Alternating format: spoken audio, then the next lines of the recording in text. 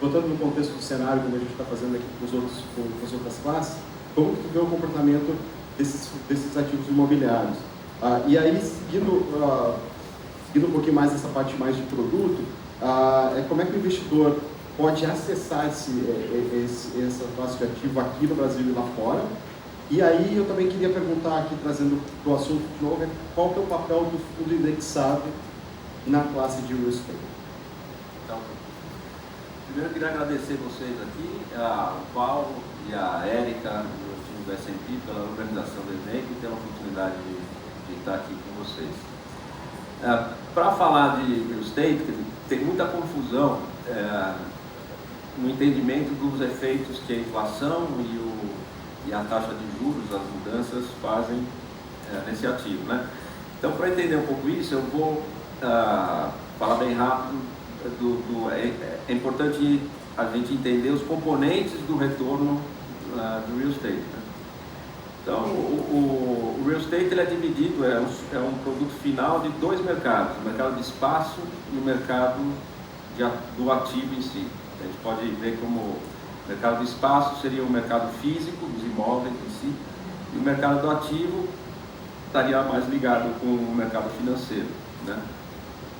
No mercado de espaço, quando você tem subida de juros, inflação, grande parte das vezes ele está ligado ao crescimento econômico, né? Com a atividade crescente.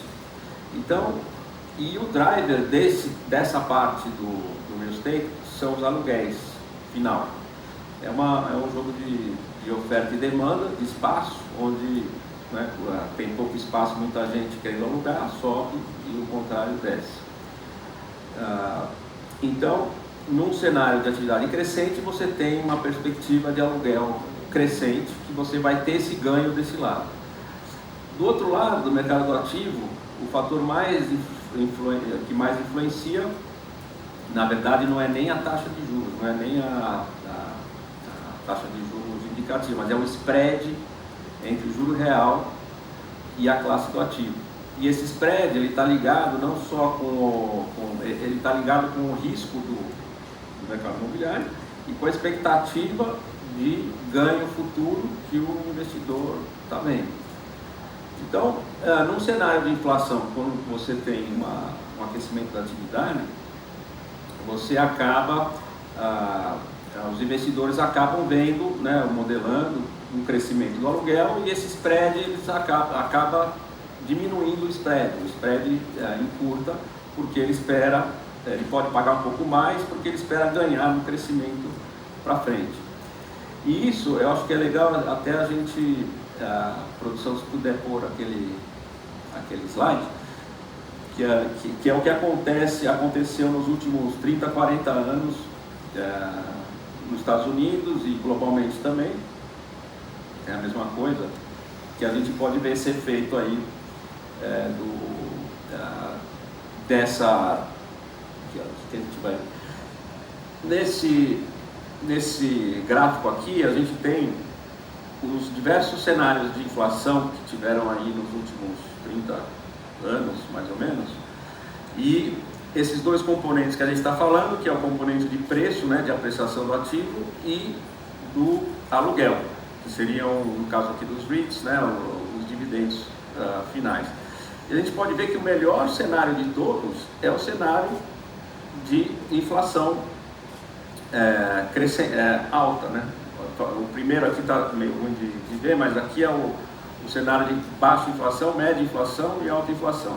Então, no real estate, esse cenário de inflação com crescimento de juros é o melhor cenário para esse mercado.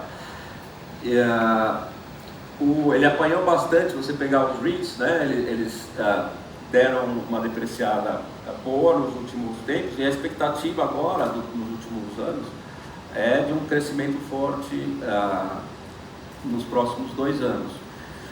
O desafio é você saber escolher os segmentos e geografia que isso pode acontecer, né?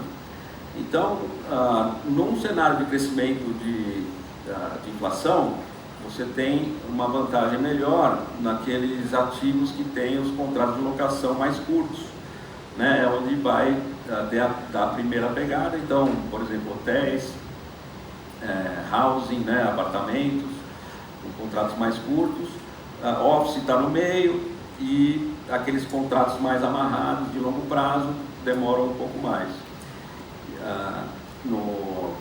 Aí alguns perguntam também, e a parte de escritório, né?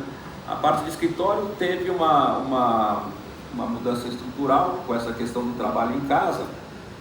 Então, os mercados que ainda devem performar melhor são aqueles que estão globalmente, vai no sul dos Estados Unidos, que no Sun Belt, a parte sul dos Estados Unidos, Europa também, Londres, Berlim, Paris, e sempre nas regiões centrais e de alto padrão, né? Essas são normalmente, por quê? Porque são as regiões onde tem restrição de oferta, né? A vantagem do real estate também é que não é só a demanda que faz o movimento, né? A oferta também. Então, se não tem oferta, mesmo se a demanda cresce pouco, você acaba acabando os espaços, né? E o aluguel sobe. Então, normalmente essa entrega da oferta ela é longa, né? No escritório são 3, 4 anos. Então, passam alguns anos, às vezes, que se repetem os ciclos, né? Que tem uma pressão de crescimento e falta de espaço, mas que demora um tempo até ter uma nova oferta que equilibre as coisas. Nessa parte de baixo aqui do gráfico, a gente pode ver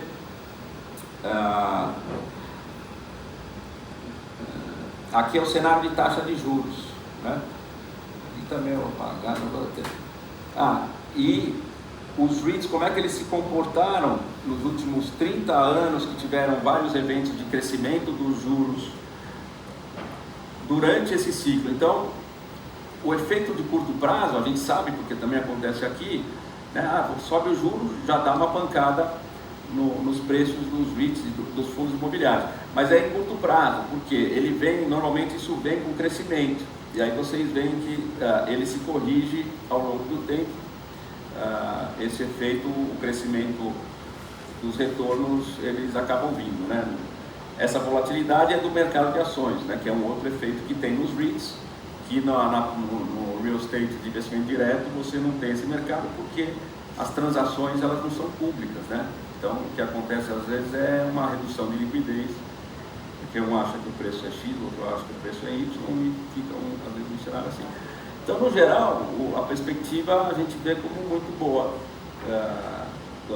dos REITs, sendo novamente o desafio de saber escolher quais são essas regiões e quais os setores onde essa demanda vai ser mais ativa. Claro, complementando aqui, acho que tem a questão dos REITs também, dos contratos, esses de aluguel, os contratos são indexados à inflação, né? Alguns países são indexados à inflação, outros têm já regras fixas, então você, como você falou, ele acaba dando esse hedge, na verdade, é um protetor contra a inflação, né? Porque eles acabam sendo corrigidos, e os contratos mais curtos, o proprietário consegue readequar, né? Ou se o cara sai, já entra um outro no preço novo, né? Então... Legal. Bom, como a gente está falando de REITs, e ainda a gente tem um tempinho ainda, eu vou voltar para uma questão que o Kaká fez do painel deles,